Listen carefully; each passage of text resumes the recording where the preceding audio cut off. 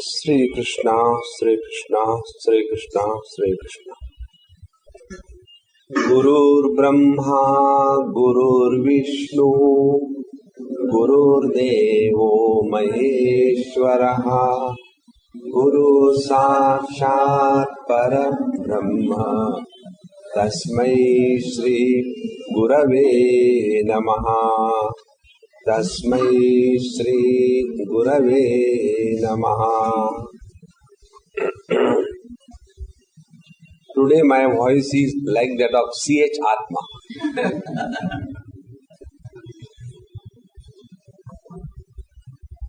An intelligent person is he who is able to blame others for his failures. And this is how we live intelligently in this world, blaming others and suffering throughout life. And you know what happens?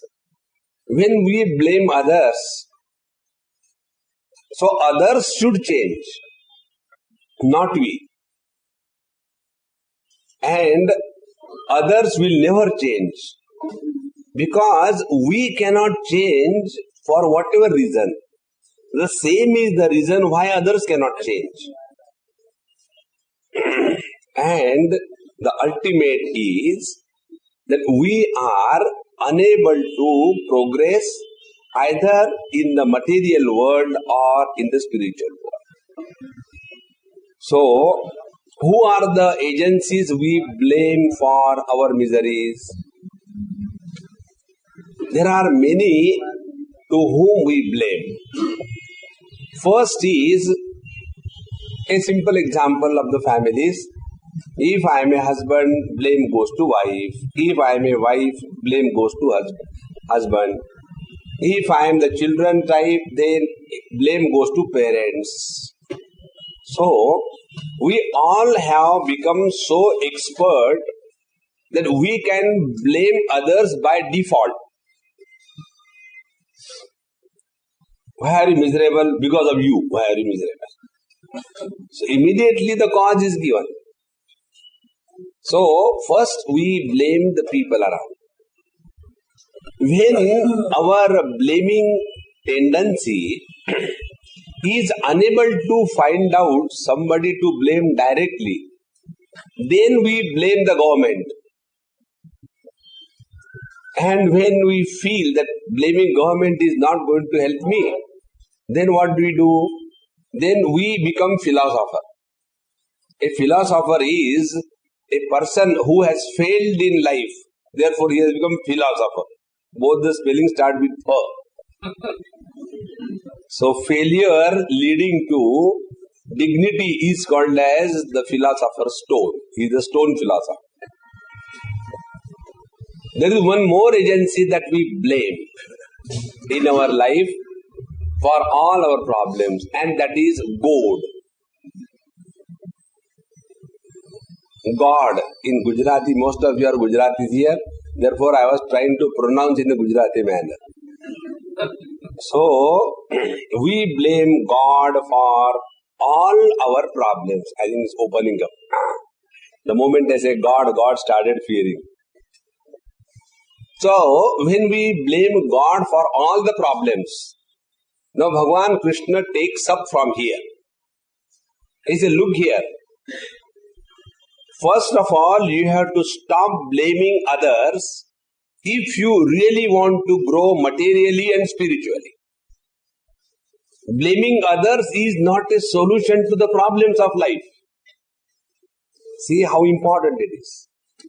And this is what all the people are interested in, fixing the responsibility for our failure. The other day I was asking somebody, and that somebody told me, Swamiji, it so happened, this happened, that happened, and then that happened, and this happened, and therefore it could not be done. I said, this is the logic thing you have done, told. But this is not the solution. See, what we are interested is in the solution. You know, in one office, on the door of the boss, I have seen a sticker. Are you here with a problem? Or you are a part of a solution? Then come. So problems we all have. But we don't have to fix responsibilities on others. Come out of it. And therefore, here the teacher takes up from the 14th verse. Na kartrutvam na karmani lokasya srujati prabhu na karma phala sanyogam svabhavastu pravartate. God is not responsible for the following things. First, kartrutvam. The sense of doership cannot be attributed to God. See, kartrutvam prabhu na srujati. I have done this thing, I have done this thing. God never said that you have to say like that. So, kartrutvam na srujati. Then, karmani na srujati.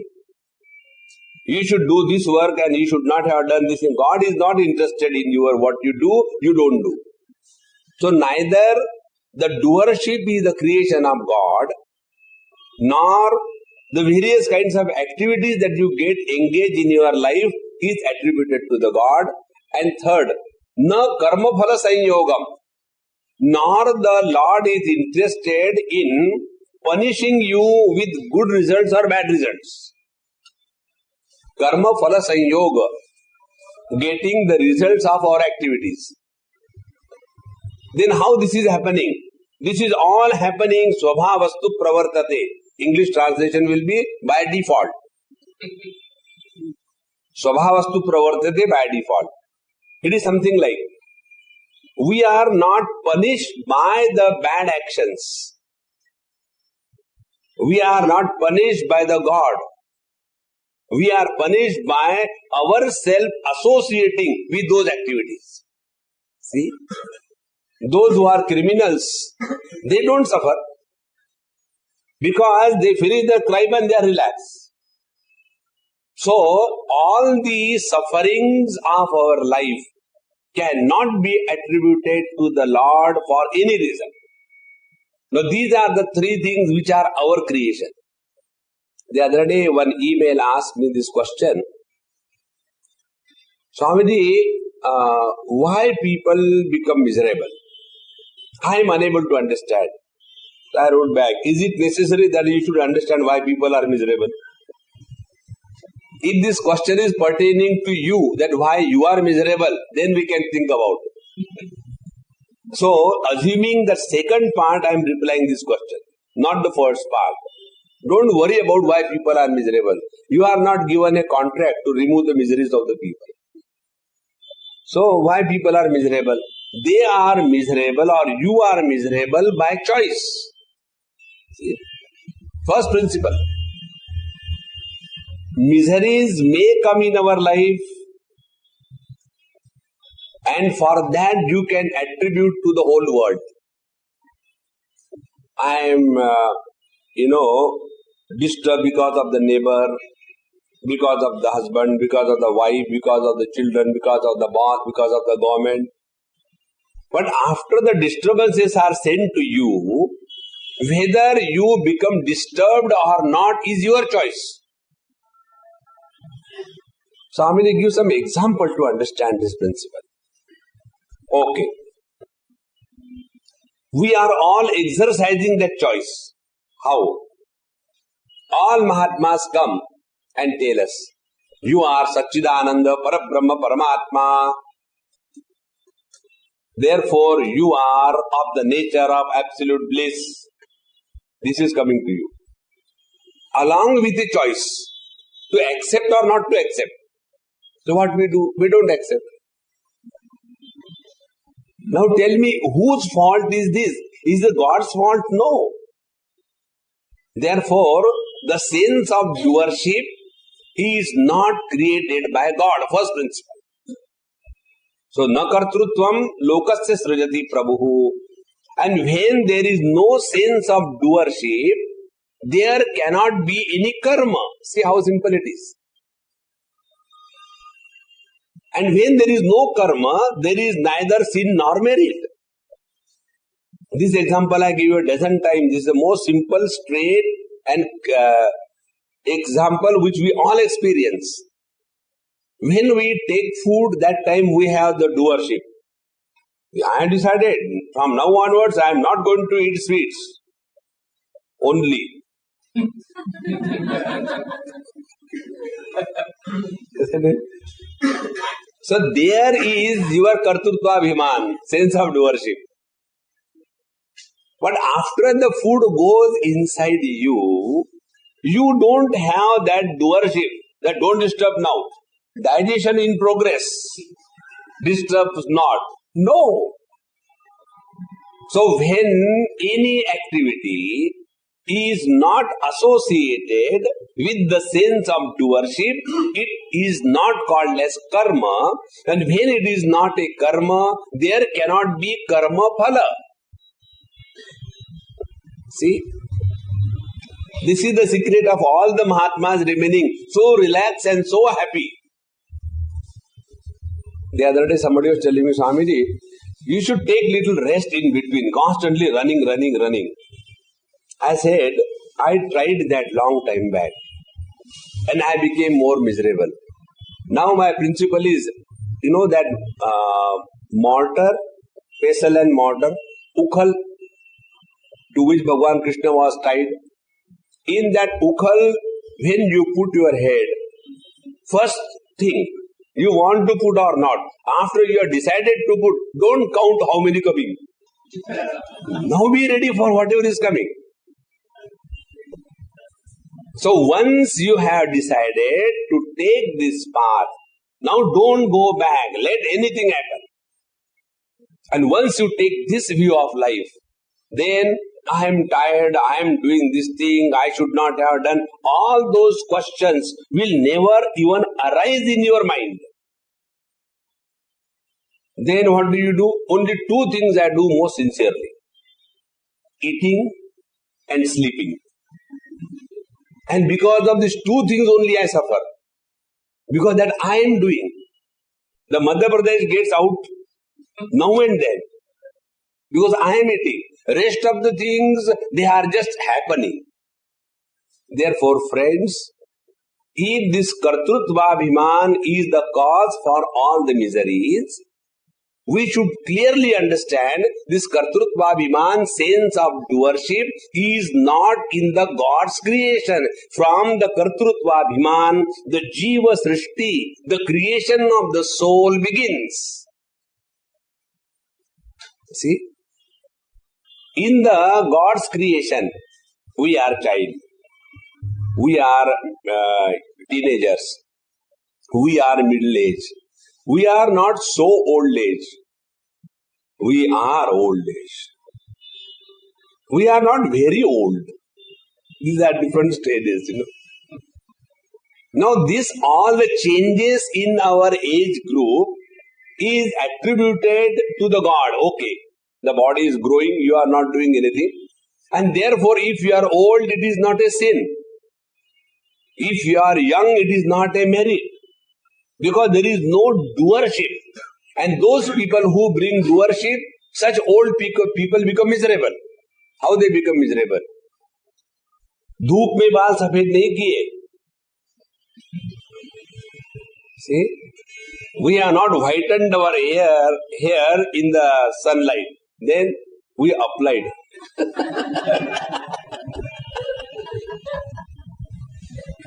See?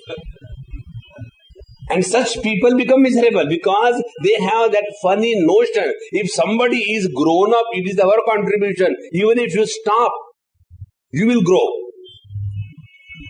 See how important it is. Therefore, the principle the teacher says, whatever is happening in our life, swabhavastu pravartate. Therefore, God is not interested in you at all. Be very clear about it.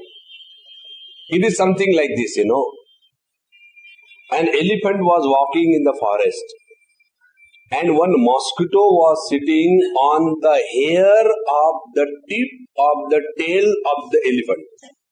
Mosquito. And started thinking, I think the elephant must be carrying my weight a lot. Now he doesn't even recognize your presence. See? Therefore, the simple thing is, we are miserable in this world. It is our own personal creation. Don't blame others for anything that is happening in your life. If you take this view, what will happen? You will become focusing attention on yourself, and that is called as becoming introvert. Introvert doesn't mean I have no interest in life, I don't know what is happening. I feel like withdrawing from the whole world. That is depression. It is not even introvertedness. An introvert person is able to enjoy every interaction with full zest. An introvert person is 100% available at any given period of time for any kind of activity. That is the introvertness. Extrovert person is not able to function with complete participation in any activity because he is so extrovert. Ek dil ke tukde hajar hue. He is so much disintegrated. Therefore, introvertedness means this wisdom wherein you are living in such alertness that because of that alertness, your external life is perfect and your inner life is beautiful. When these two things happen, then alone we are living our life in the dignity of a human being. Therefore, if we are going to blame God, दुनिया बनाने वाले काहे को दुनिया बनाई, for pareshaning you, there is no other reason. Therefore, svabhavastu pravartate. So, once we understand this, then what will happen? We will stop blaming everybody in this world. The moment you stop blaming the world, you become alert. When you become alert, you start leading a life of self-discipline and responsibility. And once this starts happening, you will start enjoying every moment of your life. See how simple the whole technique is. Therefore, here the teacher says, don't blame me. Na kartrutvam, na karmani, lokasya srujati prabhu, na karma phala sanyogam. If somebody is going to the jail, don't blame to the God, oh Lord, why did you send me to jail? Because after murdering somebody, it was your responsibility to see that you are not caught. Committing a murder is not a sin. Today, lunchtime, I was just seeing the TV for at least maybe about 2-3 minutes when they are serving the food. Aajkal. And there they have analyzed the number of various scams from 1980 onwards and the number of people involved and what is the result that has come out. So right from the urea scam, then fodder scam, then the book scam and the coffin scam and then the Beaufort scam. All of them started working those cases for years together. What is the result? Bottom line, blank. Nothing has happened to anybody. Isn't it? So, svabhavastu pravartate. Let us stop blaming whole the world and focus attention on leading an alert, beautiful life. So, what is alert and beautiful life? Don't get caught up if you commit a scam. How simple it is. And you know how we get caught up. This example probably I told you. There was one girl, this happened in Sri Lanka. We were going, somebody was going by a bus, I wasn't there in that bus, by God's grace. So, the people came, get down everybody got down. Take your luggage out with you. So everybody got down. One girl, stupid, she got down with a suitcase which was not hers. With the simplicity that maybe somebody has forgotten in Haribari. And it was that suitcase which was being looked after. Who is that person carrying that kind of suitcase? And when it was found out open, I don't have the key. Will anybody agree? So when she got that suitcase and got down, and they found it was the same kind of suitcase they wanted, immediately they put the rings of tires around her. Alive, she was roasted and burned. Now, will you blame the God? God, why did you create that? Who asked you to pick up somebody else's luggage?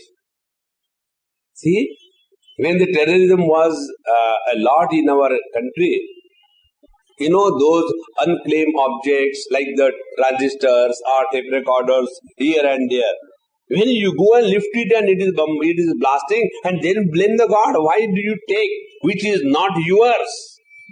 If the same principle is applied in our life, if we are doing something, be responsible for everything. So to get out of it, there is only one way, and the one way is whatever is happening in your life, be squarely responsible for that because of your earlier past actions. So what is to be done now? Now at least improve upon. And once you improve upon your lifestyle, your next life will be better. This is the conclusion of this verse. Therefore, let us focus attention on ourselves, lead a systematic, decent and righteous life.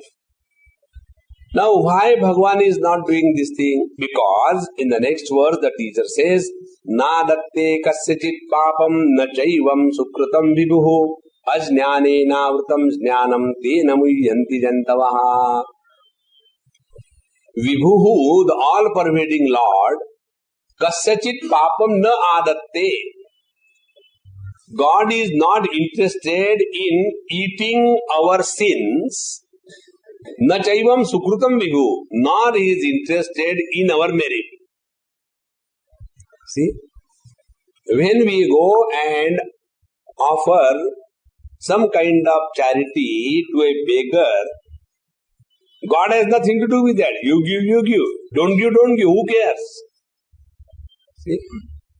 But we imagine, now this is a very important principle, please understand. The Lord is not interested in our sins or in our merits. For both of them, we have to be answerable. Nadatte kasyachit papam. Therefore, don't imagine that I go to the Lord, oh Lord, I have done this, all this, please excuse me. God will, that's why they only smile. You may go and tell, excuse me, nothing like excuse. What you have done, you have to pay for that.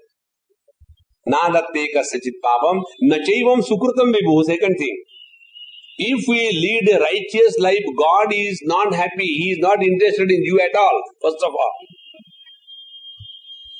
Don't have that wrong notion that the Lord is looking after us. He has got better things to look after. Isn't it? So when these two principles are accepted, the second principle is God is not interested in our righteousness. Then the question comes, why we should be righteous? For your own benefit. Be very attentive. If I am good, and if that goodness is for my benefit, and with this understanding I lead a good righteous life, then alone there is a meaning. Goodness, when it is done under the fear, it is an illusion of goodness. If you do not go to the Shani temple on Saturday and offer the oil,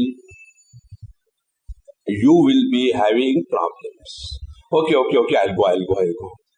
And then you go and give the thing, Bhagwan, Shri Maharaj, how much oil you want to take, how much lubrication I had to do, I don't know. But get away from my things. See? Will you call it as a joyful living? Therefore, if you are good for the sake of goodness, then alone you are a spiritual seeker. Therefore, never go to the temple under the fear of God. Go to the temple with the love of God, not fear. Don't be afraid. God is not an institution to be afraid of. If I don't go, I don't know what will happen. The other person asked me this question. Swamiji, there's a problem. I said, I know. I am the creator of all problems. What is the problem? Problem is, I am, I have been listening to your Bhagavad for so many, 2-3 years now. So I have become a fan of Bhagavan Krishna. That's all. But I got a mantra of Shivji, Om Namah Shivaya, Om Namah Shivaya. Now there is a problem. I do Om Namah Shivaya, Om Namah Shivaya, and Bhagavan Krishna comes in front of me. So what I should do? I say, you stop doing both the things. You are the most, problematic personality. Let your japa go. Don't do the japa for seeing the God. Let him decide. He should think. I think, let me go to him, I like to go to him. Let him come. Don't struggle.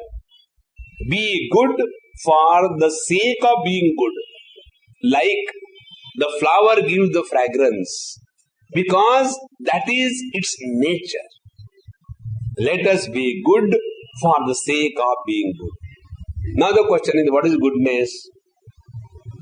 Goodness is, punya is, when our activities do not make us fall in our own self-respect, then you are leading a good life. When our own activities create a sense of self-disrespect, a guilt, I wish I should not have done that. You have committed a sin. Sin and merit, these are two qualities of the mind.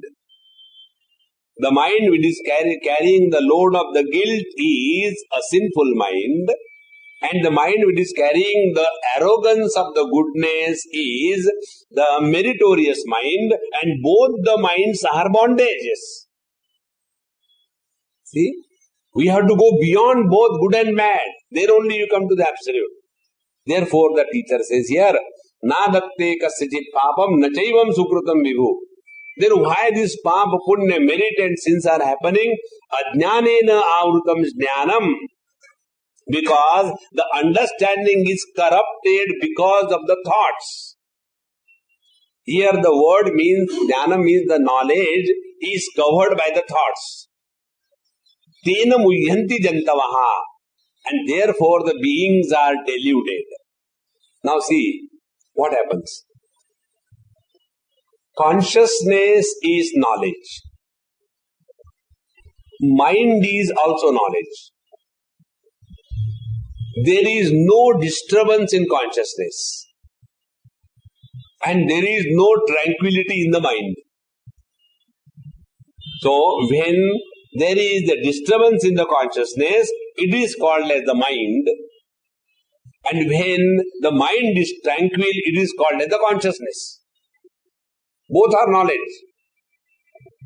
So, when we are functioning as consciousness, sin or merit is not created.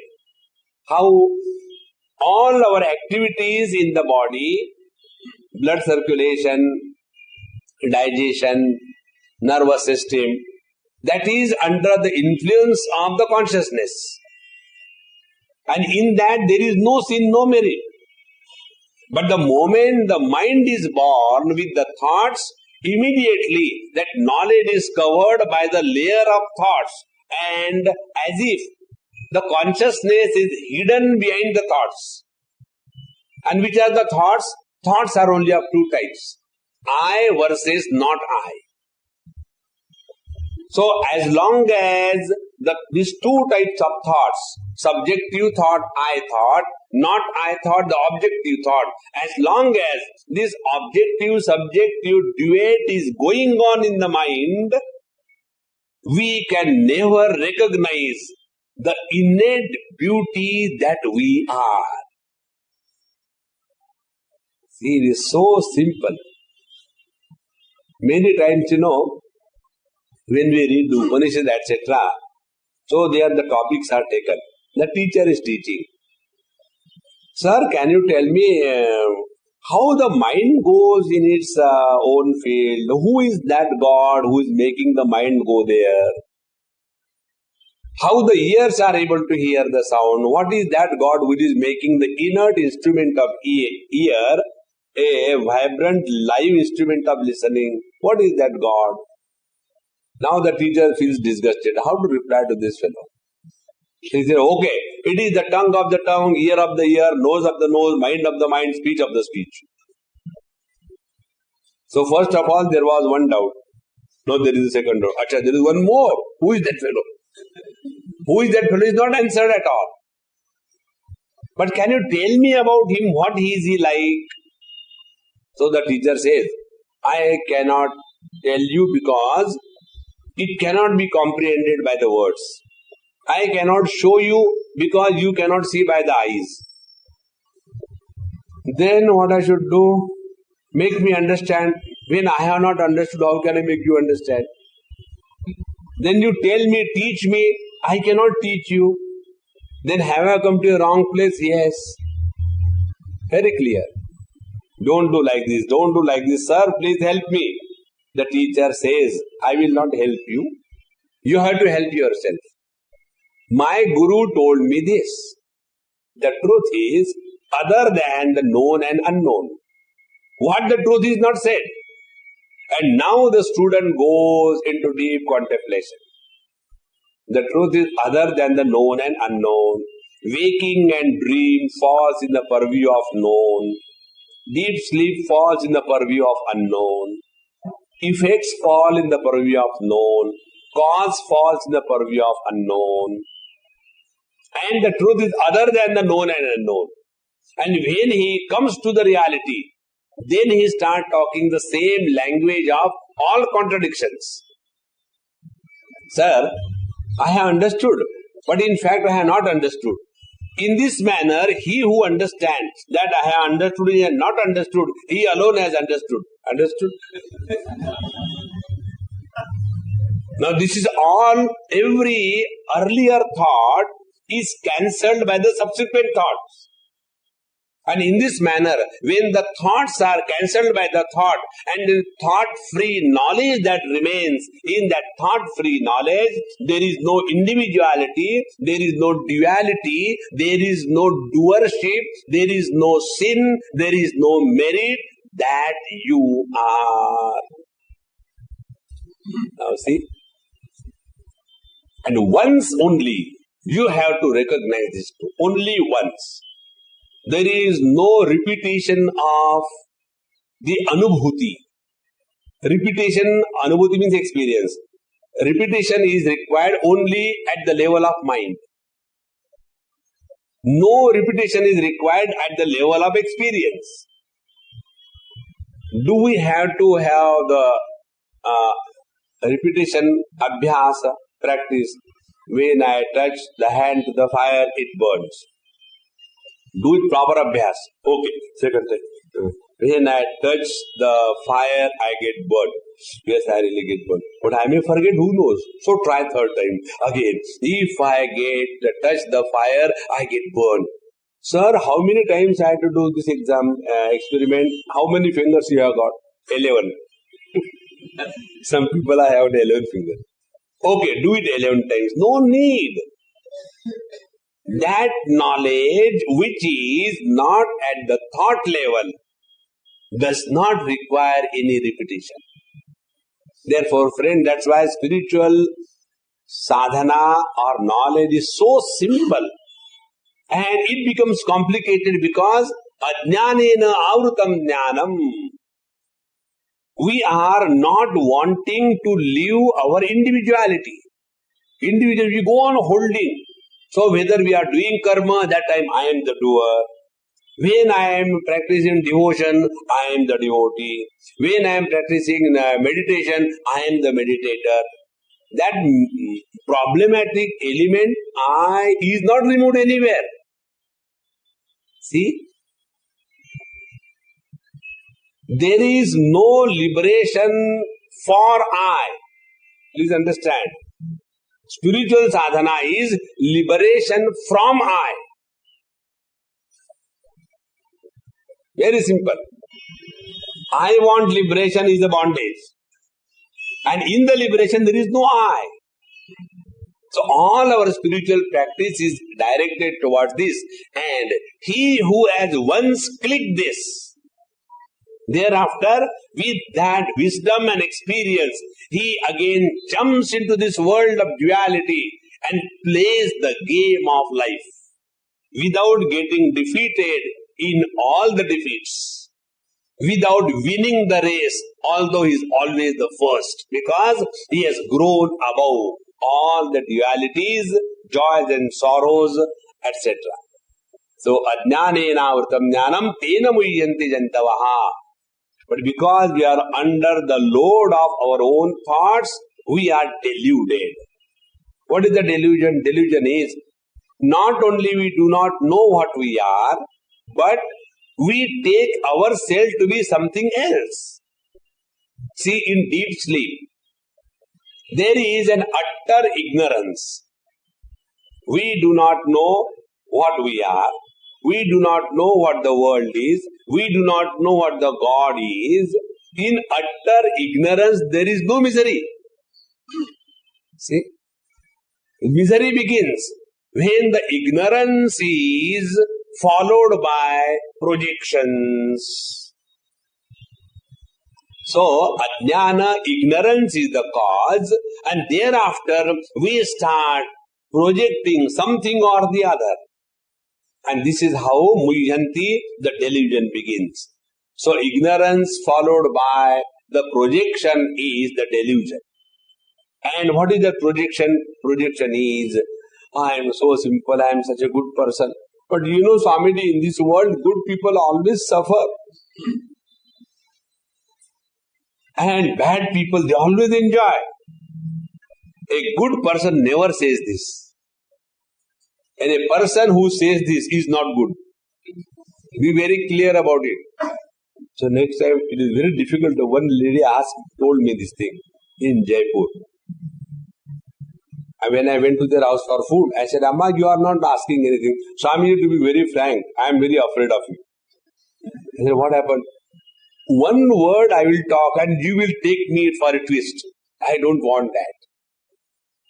Therefore, focus attention on this reality. And once you catch it, thereafter, lead the life with total success and go beyond success and failure. Now, such people who have gone deep within and discovered the inner strength. Now, one more topic is introduced by the Lord. We have different kinds of strengths and powers in our life. And those strengths and powers are from the periphery of our individuality. Some people feel secured and very strong because of their money. Like our best friend, Uncle Sam. Isn't it? Money, money, money, everything. Some people feel very strong because of the vote bank. Some people strong very much because of the physical strength. But all these external supports are so temporary and there is no possibility to depend 100%. The real strength is the inner strength. He who has discovered this inner strength, he will have will. Those who depend on the external strength, they have desire. Will is an asset. Desire is a disease. See? So, once we have properly gone, investigated, what is the investigation we have done today? The Lord is neither creating the doership, the actions or the results of the action. It is all happening by default. And then, He is neither interested in our sin or merit. Then how these things are happening? They are created by us. God has neither created sin nor created merit. Now to whom this thought is said? to that person who is all the time arrogant about I have done. Once this is cleared, and then you come to discover that my potentiality is not only writing a letter alone. See, Swami Akhandanand Maharaj writes in some of his writings, when he was young, he used to go to some Mahatmas, and right from childhood he was a Vyutpannamati, extraordinary person. So he has written Vedanta Sutras, and he used to go to some Mahatma, and that Mahatma said, is it that the number of books are less in this world, you are writing something more? What is the need of writing? So he said, okay. He tore all those and threw away in the Ganges in front of the Mahatma. Then the Mahatma said, you fool, who told you to throw it in Ganges? See, these Mahatmas will make your life miserable. He said, you will have to write thousands of pages now.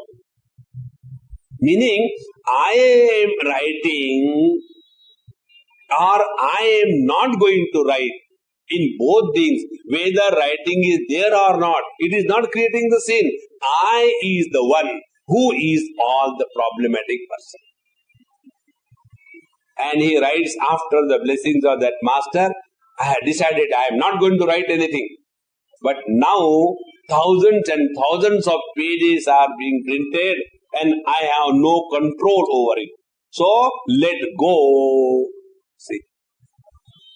Once we start leading life of, this is in the path of devotion, this is called as total surrender. In the path of action, it is called as living with wisdom.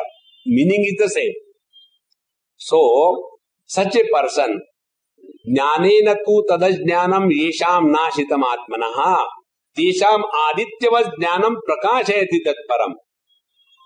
So, atmanaha ajnanam yesham atmanaha jnanena nashitam. Those who have discovered their correct identity.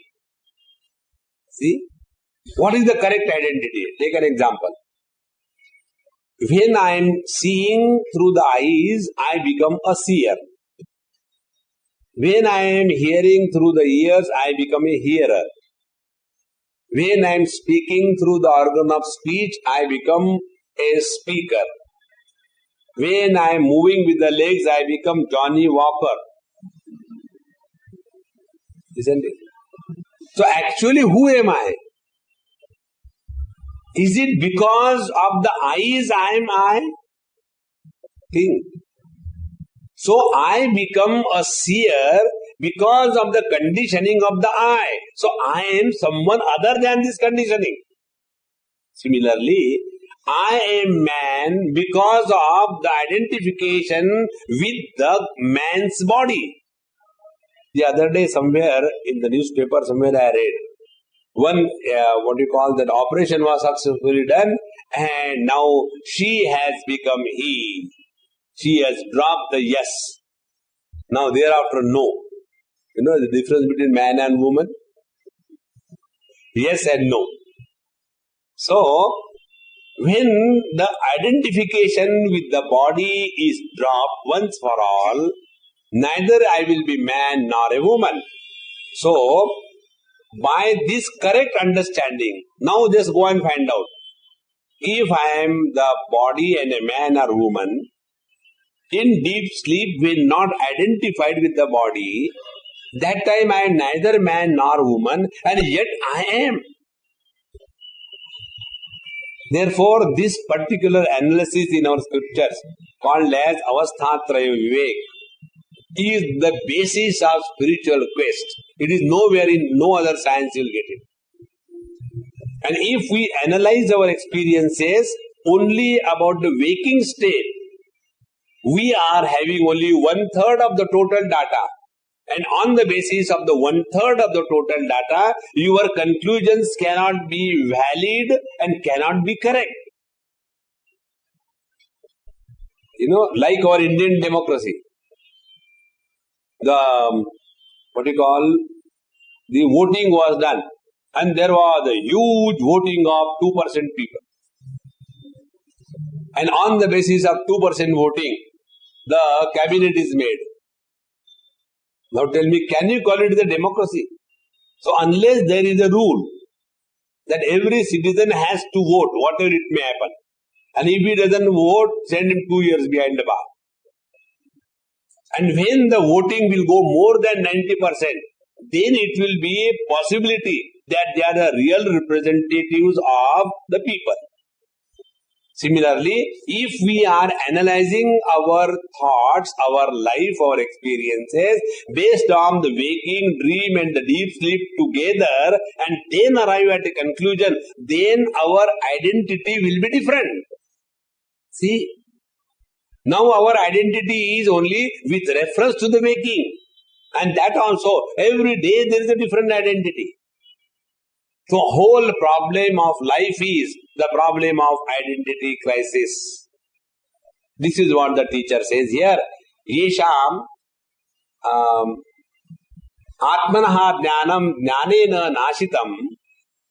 So those whose ignorance about their own identity is destroyed by the discovery of the correct understanding as to who am I. See what a difference it makes. Take an example. Suppose this example comes in Panchadashi. Suppose you get a message that one boy named Ashok met with an accident. And Ashok has a terrible accident, fatal accident, I don't know what to do. So you start crying.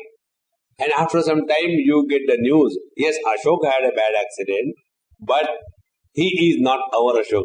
Thank God. Means it's good other died. See, don't we say? I remember one boy's marriage was being fixed. And somehow or the other, that marriage could not be done. Whatever was the reason. And thereafter, it was found that the girl with whom he was supposed to get married, she had become little, mentally upset and admitted to the mental hospital. So, these parents of the boy says, Swamiji, by your grace, we were saved.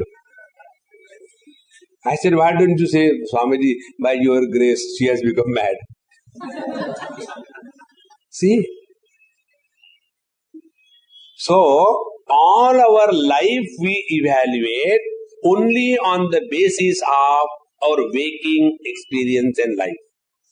And that is the reason we have the wrong identity. Go beyond. Now see another example. Presently my identity is, I am from South Delhi, this is Bombay. I am from South Bombay. I don't know how people live in Kandivali, Borivali, and it's very congested now. Identity. And then something happens and they have to go to Virar. Actually, I was so fed up of, that South Bombay. Here it is so nice. It is nearest to the nature. Morning you can go to the nature. Really? So we have such confused identities, and with that identities we are trying to live our life.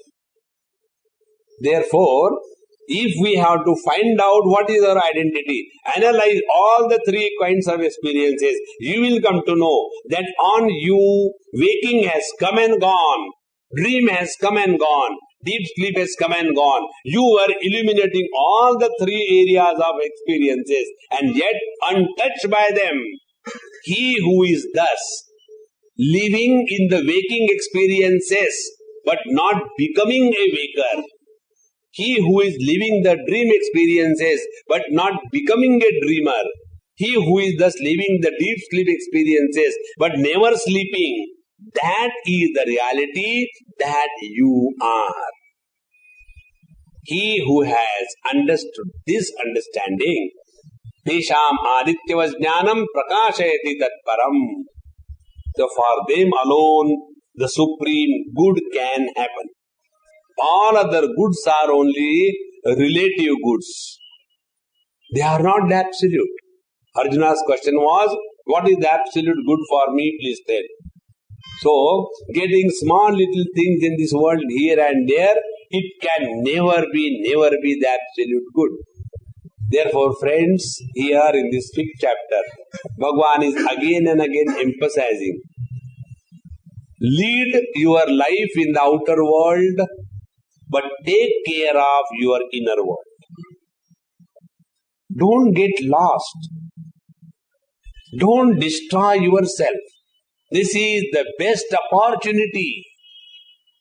And once we encash this opportunity, then you have really started leading life most scientifically. But you know, in the material world, what is the scientific life? Scientific life is beg, borrow or steal, but enjoy your life. Isn't it? Loan mela, go to the banks, collect lot of money, collect loan. And then what is the need? Because we have become so extrovert. So for that support of that extrovertedness, we are constantly begging from them. Because we have not discovered the inner peace and joy. Therefore, Tesham adityavas jnanam prakashayati tatparam. This is like the light of the sun. It is self-illumined, giving light to the millions of lives. So that supreme self will be revealed. Now, such people, their lifestyle is discussed in the next verse. Tad buddhayaha tadatmanaha tannishthā taspārāyanaha gacchantya punaravrittim jnana nirdhūta kalmashaha. Very beautifully said. Tad buddhayaha, 1. Second, tadatmanaha, 2. Then tannishtaha, 3. Tadparayanaha, 4. And jnana nirdhuta kalmashaha, 5. Such people, gachanti apunaravrittim. They will never be miserable thereafter. See, I am not bringing that, going from one life to another life. Why think about the other life? If you are happy now, you will be happy all the time. No. After death, I will go to Nirvana. You buy the policy. Why bring death in your happiness? The other day, one girl asked me this question. Swamiji, I got one doubt. Swamiji, what happens after death? I said, if you die, we'll burn you. If I die, you do whatever you like. No, Swamiji, I am not asking about my death or your death. I said, the third person dies, why should we worry? You are not getting my point. I said, then you explain. No, actually what happens after death? I said, to whom? To whom? To everybody. I said, have you ever thought what is happening when you are alive? No. So first think what is happening when you are alive and then think after death. There was a girl, she went to her mom and mom was reading James Hadley Chase. Society mom. She was reading James Hadley Chase. And the girl was asking, Mom, I got a question. What happens after? Will you please shut up, beta? I am busy. Now I am reading. Don't you see Mama is studying? James Hadley Chase. Again after 2 minutes. Mom, will you please tell me, is there life after? She has changed her question. Mama, is there life after? Will you please shut up now? Ask me after half an hour. Again after half an hour, girl says, Mama, will you tell me, is there any life? Okay, what is your question? Ask. Mama, is there any life after marriage?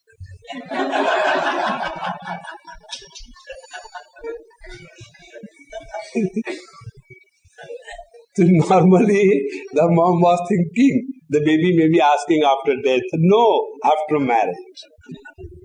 So, I am not talking about that death. Gachanti apunaravrittim. Meaning, then that moment onwards, they will refuse to be miserable in this world. See? That doesn't mean miseries will not come to them. In the 6th chapter, we'll take next time, Bhagavan describes the yoga, the most popular word of this millennium and last millennium. Yoga. What is the yoga? Yoga is not the acrobatics or the aerobics. Bhagavan Sri Krishna says,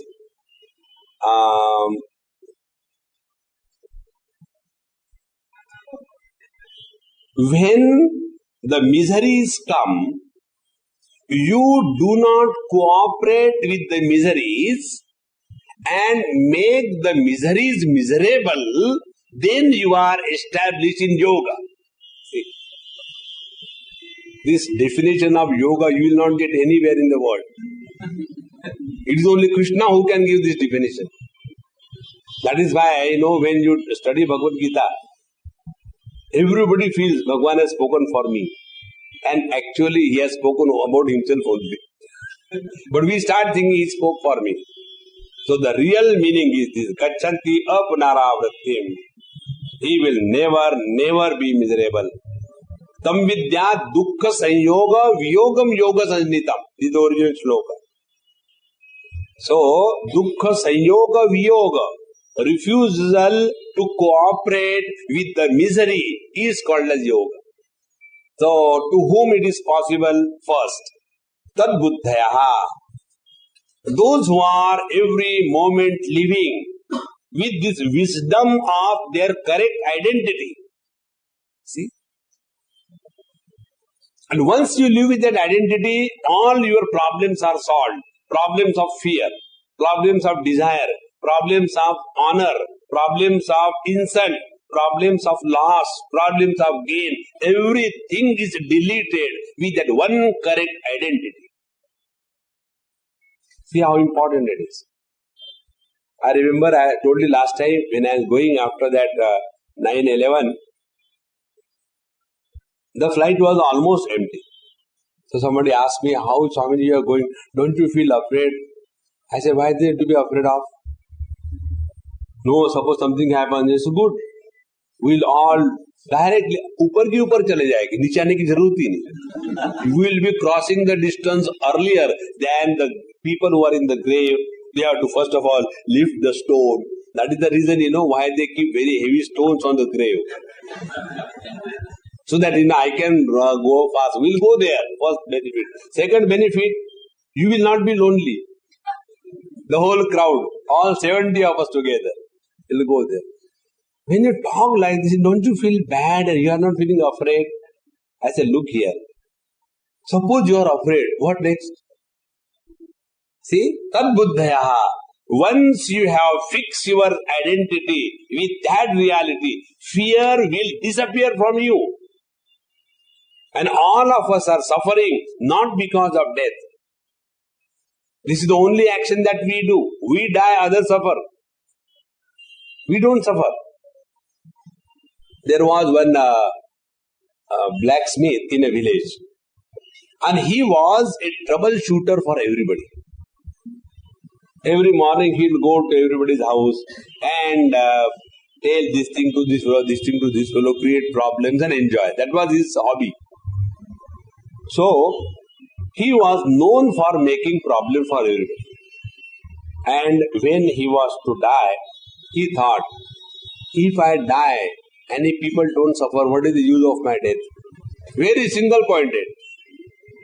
So, he closed his door from inside, locked properly, made very firm so that nobody can open it. And he went in the corner of the room and with the halasan, sleeping on the base of the neck and legs up like this thing. In the most unenvious posture, he died. And next day, 6 o'clock, 7 o'clock, 8 o'clock, 10 o'clock, that fellow has not come. Because when there is a regular nuisance, you miss the nuisance also, isn't it? When there was a railway strike, suddenly the railway stopped moving immediately all the people around the railway track stop sleeping because there is no nuisance.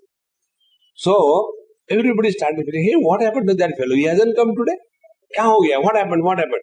So let us go and see. Road, the room, and everything was closed. Cut, cut, cut. No reply. Finally, they broke and they found he was dead. Oh, poor fellow. Now we have to take care of. So they brought, that CD for tying him and all that. Because he was sleepy and died in a very awkward posture. Rigor mortis was set in. When they are pressing his leg down, his body stands. When they press his body back, his legs comes up. See? Therefore, death makes others miserable, not the one who dies. See? Tad buddhayaha. The moment you have your correct identity, tad buddhayaha, you will conquer all the fears of your life. Tad buddhayaha. Second, tadatmanaha. And it doesn't mean buddhaya means, yes, I understood what I am Brahman. But Swamiji, the problem is, people don't understand me that I am Brahman. I don't have a problem of my own. How to convince the people that I am Brahman? When the people will understand that I am Brahman, and then they can come and respect me, I am not joking, I received a letter like this. Swamiji, like you, I am also realized. This is how the letter started. And it was an email, you can imagine, he must be an educated person.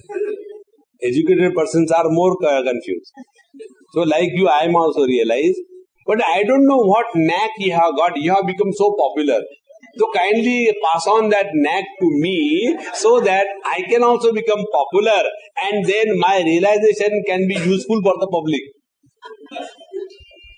You can see. So it is not only the intellectual understanding about the identity. Tadatmanaha, that identity, correct understanding about oneself must be lived 24 hours.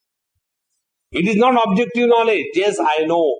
I am not the body, I am not the mind. Which body? That body I am not, that mind I am not. But this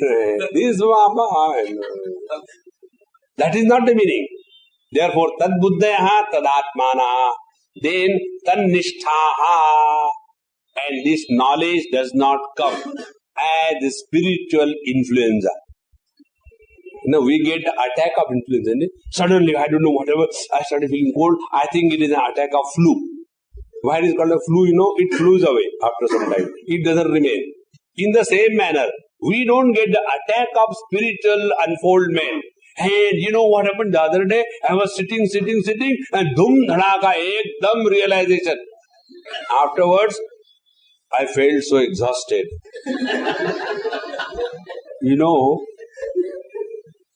Had I known, realization is so painful, I would never have opted for that. Anyway, I don't want it again. Ek baar bahut ho gaya. Tannishtaha. There is no second time that you have any doubt about yourself. Like, it happens to us. Swamiji, when we are in the satsang, we feel everything is fine. The moment we go out, put on our slippers, something goes wrong. I don't know what happens. It is your shoes. Don't put on them. Then carry in the thaila. Tannishtaha, firm abidance in that knowledge. So, tad buddhayaha, correct understanding. Tadatmanaha, living that understanding as your personal, immediate, uncorruptible experience. And tannishtaha, it is a firm experience. It cannot be shaken. Even if God will come down and tell, excuse me, Mr. Jiva, nothing can shake. There is one story in the Sanskrit literature, there it comes, that there was a person, an educated Brahmin, and he was going carrying his baby goat kid on his shoulders to sell it in the market. When he was thus going, it so happened there was a batch of thieves, so they thought, let us take it away from him. So when he was going, one chief came and he said, Panditji Payalagi, how come you are carrying a monkey on your back? He said, no, it's not monkey, it's a goat. Oh. After a few steps, another cheat comes. Panditji Payalagi, how come you, Panditji, educated, wise person, carrying a monkey on your shoulder? He said, no, it's a goat. Doubt started. Then the third person came. The same question, very well planned. Like the suits in US, very well planned. Lobbying. So third person said the same, fourth said the same thing. Then after some time, Panditji started doubting. Is it a goat or it is a monkey? And then afterwards, another cheat was waiting. But he didn't speak anything. Because he has observed the vaccine is working. The vaccine of confusion. And he said, Panditji, Ram Ram. And he started eating his tabak. Panditji thought, he seems to be a sensible person. He didn't comment about anything. So he said, excuse me, what is on my back? He said, what is there, monkey? I thought as well it has to be monkey. Isn't it? So, I am Brahman in the Vedanta class. Afterwards, I am Jiva. Afterwards, I am a miserable person, husband at home. Afterwards, I think I am the most useless person ever born in the history of humanity. See? Tannishtaha. This knowledge is that knowledge which cannot be corrupted. See? Yasmin sthito hi dukkhena gurunapi na vichalyate.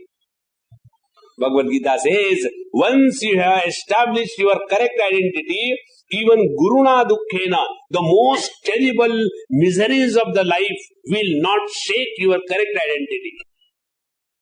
Therefore, tannishtha and tatparayanaha. Tatparayanaha, for him, this correct understanding of his own being is the ultimate search in life. All other things that we gather around us, they start leaving us.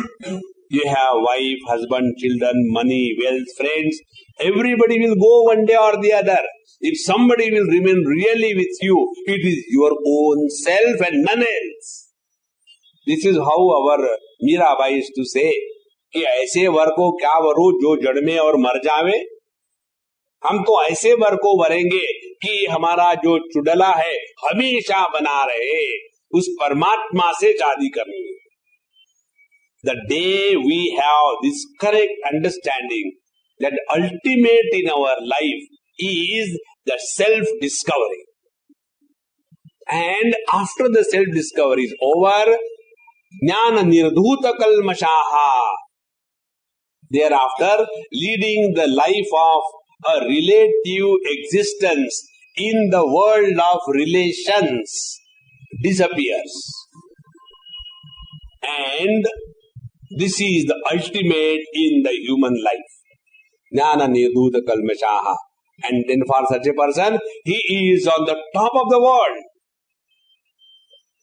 To be on the top of the world means you rise above the relativity. Don't imagine top of the world means the world is there, you stand on that. But suppose it falls this way? No. Rise above the relativity and start living in the absolute sense, where death is unheard of, where life is meaningless, where joys and sorrows never flower at all. See? Etas samagayan naste ha ho ha ho ha ho अहमन्नम अहमन्नम अहमन्नम अहमन्नादः अहमन्नादः. This is the Samagana.